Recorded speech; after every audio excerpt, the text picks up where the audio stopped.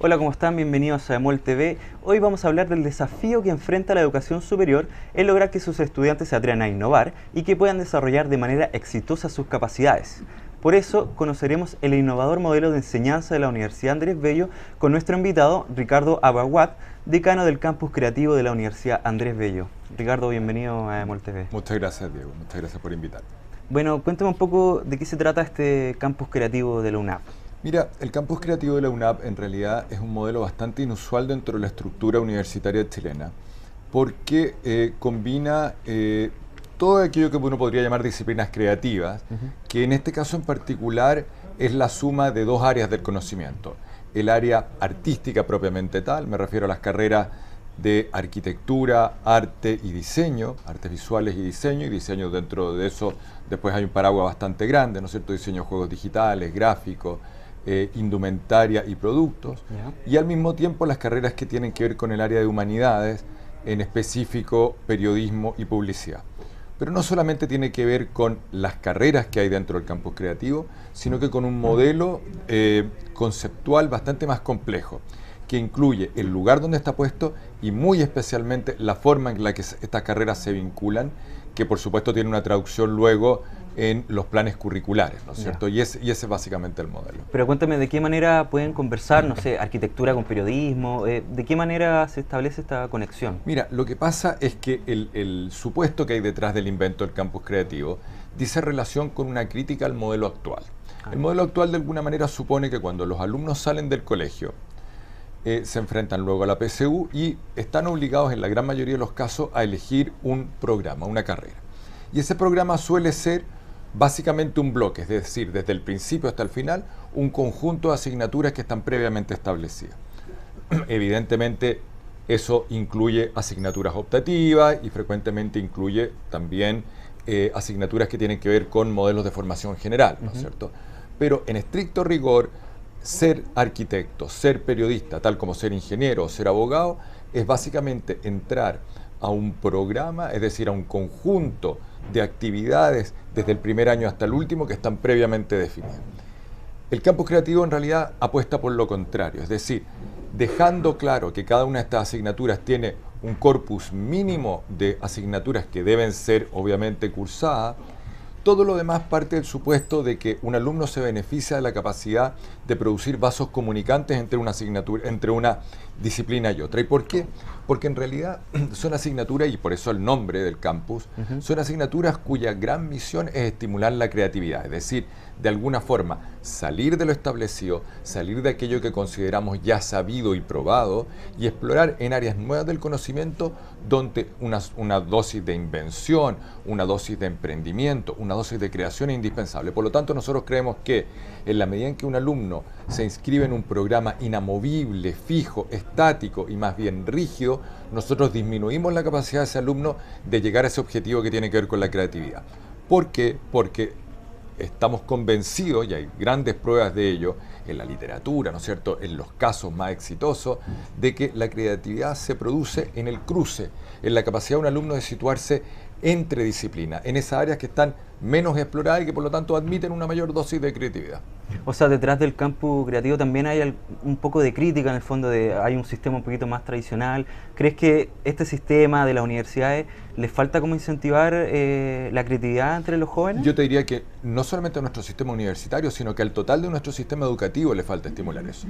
Nosotros hemos creído y hemos apostado por un sistema en el que las etapas y cada uno de los programas, desde que el niño entra al preescolar hasta que sale con un magíster o doctorado, están más bien definidos dentro de una casilla que establece sus condiciones de borde. Luego, por supuesto, ¿no es cierto?, ciertas universidades y ciertas carreras permiten distintas dosis de flexibilidad. Pero en general, si lo comparamos con los modelos del primer mundo, que es básicamente donde nosotros sacamos los referentes que utilizamos en la creación del campus creativo, el modelo que se utiliza en el primer mundo suele permitir una navegación muchísimo más libre de los alumnos. Un alumno no termina de definir aquello que va a estudiar, sino mucho más tarde de lo que lo define en Chile. Y antes de eso lo que hace es explorar, tender puentes y redes que le van a permitir saber, por un lado, dónde están sus mayores capacidades y por otro lado, dónde están las mayores oportunidades para desempeñarse en el mercado laboral.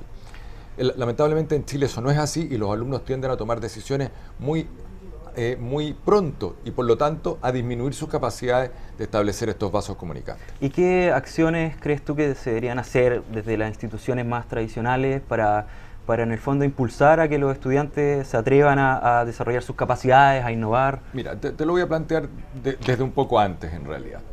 Nosotros tenemos básicamente en nuestro sistema educativo lo que el mundo anglosajón ha llamado un pensamiento, lo que en el fondo el mundo anglosajón ha estimulado que se produzca, que es el pensamiento outside of the box, fuera de la caja. Claro. ¿Qué es este pensamiento outside of the box? De alguna manera ellos llaman box o caja a esto que yo te estoy mencionando, ¿no es cierto?, que es este conjunto de bloques más bien rígidos de pensamiento que te encasillan. El pensamiento creativo es outside of the box porque te obliga a empinarte por sobre los bordes de esta caja, por sobre estos bordes predefinidos, para ver cosas que los demás no ven, o ver cosas que ni siquiera existen por el momento. Nuestro sistema eso no solamente no lo estimula, sino que suele cortar las alas a los alumnos que están en esa línea o que tienen esas capacidades.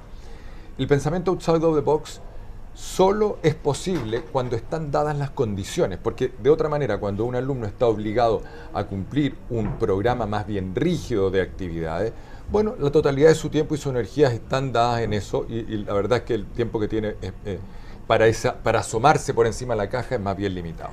Y nosotros hemos diseñado unos planes curriculares dentro del campus creativo que no solamente lo permiten, sino que estimulan ese tipo de actitud. ¿Y hace falta que otras instituciones como UNAP hagan este cambio? ¿Hay un problema de voluntad? ¿Qué pasa? Mira, lo que pasa es que es una apuesta más bien radical, porque los alumnos tienden a buscar, cuando postulan, los modelos más bien probados. Y esto es una apuesta de vanguardia y está destinada a cierto tipo de alumnos que saben que es ahí donde se produce el interés. Ahora, esos alumnos son cada vez más. En otras universidades también existe, en distintos, digamos, niveles de amplitud, pero yo diría que la apuesta del campus creativo probablemente es la más radical en esa apuesta, que estoy seguro que es una apuesta exitosa. Tú asumiste en abril, Sí. Ya lleva un poco más, casi 3 meses. ¿Cómo han sido estos 3 meses? ¿Con qué te encontraste? ¿Y cuáles son los próximos desafíos, los objetivos que te propusiste en tu mandato, digamos? Mira, lo que pasa es que la primera impresión que yo tuve del campus creativo, yo vengo de una combinación entre el mundo universitario y el mundo profesional, que en el caso chileno es bastante frecuente y yo diría que es muy sana. Yeah. Yo había estado en el mundo de la universidad mucho tiempo antes, pero no había tenido un vínculo especial con la Universidad Andrés Bello ni con el campus creativo. Y mi primera impresión tuvo que ver con el edificio y el ambiente de esa facultad en general. El edificio es absolutamente notable, está ubicado en un lugar de la ciudad, además muy estimulante, que es Bellavista, ¿no es cierto? Es una antigua fábrica de pasta que ha sido transformada y que combina de una manera muy sana y me parece a mí muy virtuosa lo antiguo y lo nuevo. Pero luego no es solo el edificio, sino que es también lo que ocurre ahí dentro. Hace muy pocos días atrás tuvimos la visita de un arquitecto francés que vino a hacer una conferencia y él se fue maravillado por este ambiente casi, diría yo, efervescente de actividad que hay en el campus creativo y de combinación de personas que están estimulando sus capacidades en planos distintos pero complementarios, ¿no es cierto? Y yo tuve la misma impresión cuando lo vi la primera vez. Esa fue mi primera impresión y luego esa se complementó con el ambiente de trabajo, que es un ambiente nuevo, con personas con muchos talentos y muchas capacidades. ¿Cuáles son mis metas? Básicamente tomar el modelo de campus creativo y llevarlo al mayor nivel posible, ¿no es cierto? Es decir, yo me veo a mí mismo y a la gestión que estoy empezando a hacer como facilitadores de un camino que el campus creativo ya empezó, pero que creo que puede llegar a niveles muy superiores todavía de logro. Hablando de un tema que hace poco fue contingencia, la salud mental, que se puso luego de los estudiantes de la Facultad de Arquitectura de la Universidad de Chile, ¿te parece que eso es una consecuencia a lo mejor de esta educación rígida, tradicional? Yo diría que sí, absolutamente, Diego. A mí me parece que es la consecuencia del choque entre una manera de formar a estos alumnos y lo que se espera de ellos en este tipo de disciplinas universitarias del ámbito creativo. Como no están formados y no están preparados para ello, lo que se les pide, lo que se espera de ellos, probablemente los pone en jaque y los pone en una situación en la que no están realmente en condiciones de echar mano a lo aprendido porque se les están pidiendo cosas que no son las que han aprendido. Y esa situación produce estrés, produce frustración, produce muchas horas de trabajo, probablemente sin los resultados esperados. Yo te diría que esa situación que se produjo en la universidad, en una facultad en particular de arquitectura, es bastante común a los alumnos de estas disciplinas y tiene que ver tanto por una falta de adecuación de los programas de estudio a las condiciones reales de los alumnos, como a esos programas educativos que nos han precedido en la vida anterior del estudiante y que nos los han formado para este tipo de cosas. Quiero llevarte a otro tema, que es la cumbre del cambio climático, que será en Chile. Chile será la sede del COP25. Desde el punto de vista de la arquitectura sustentable, ¿cómo puede aportar desde esa disciplina a, en el fondo, asumir el cambio climático y asumir este desafío de cambiarlo? Sí, bueno, tú sabes que cuando se plantean las metas a propósito de los grandes desafíos, ¿no es cierto?, en el cuidado del planeta, el tema de la ciudad y el hábitat y también la vivienda y las formas de desplazamiento, puros temas que a nosotros nos tocan, son de enorme importancia.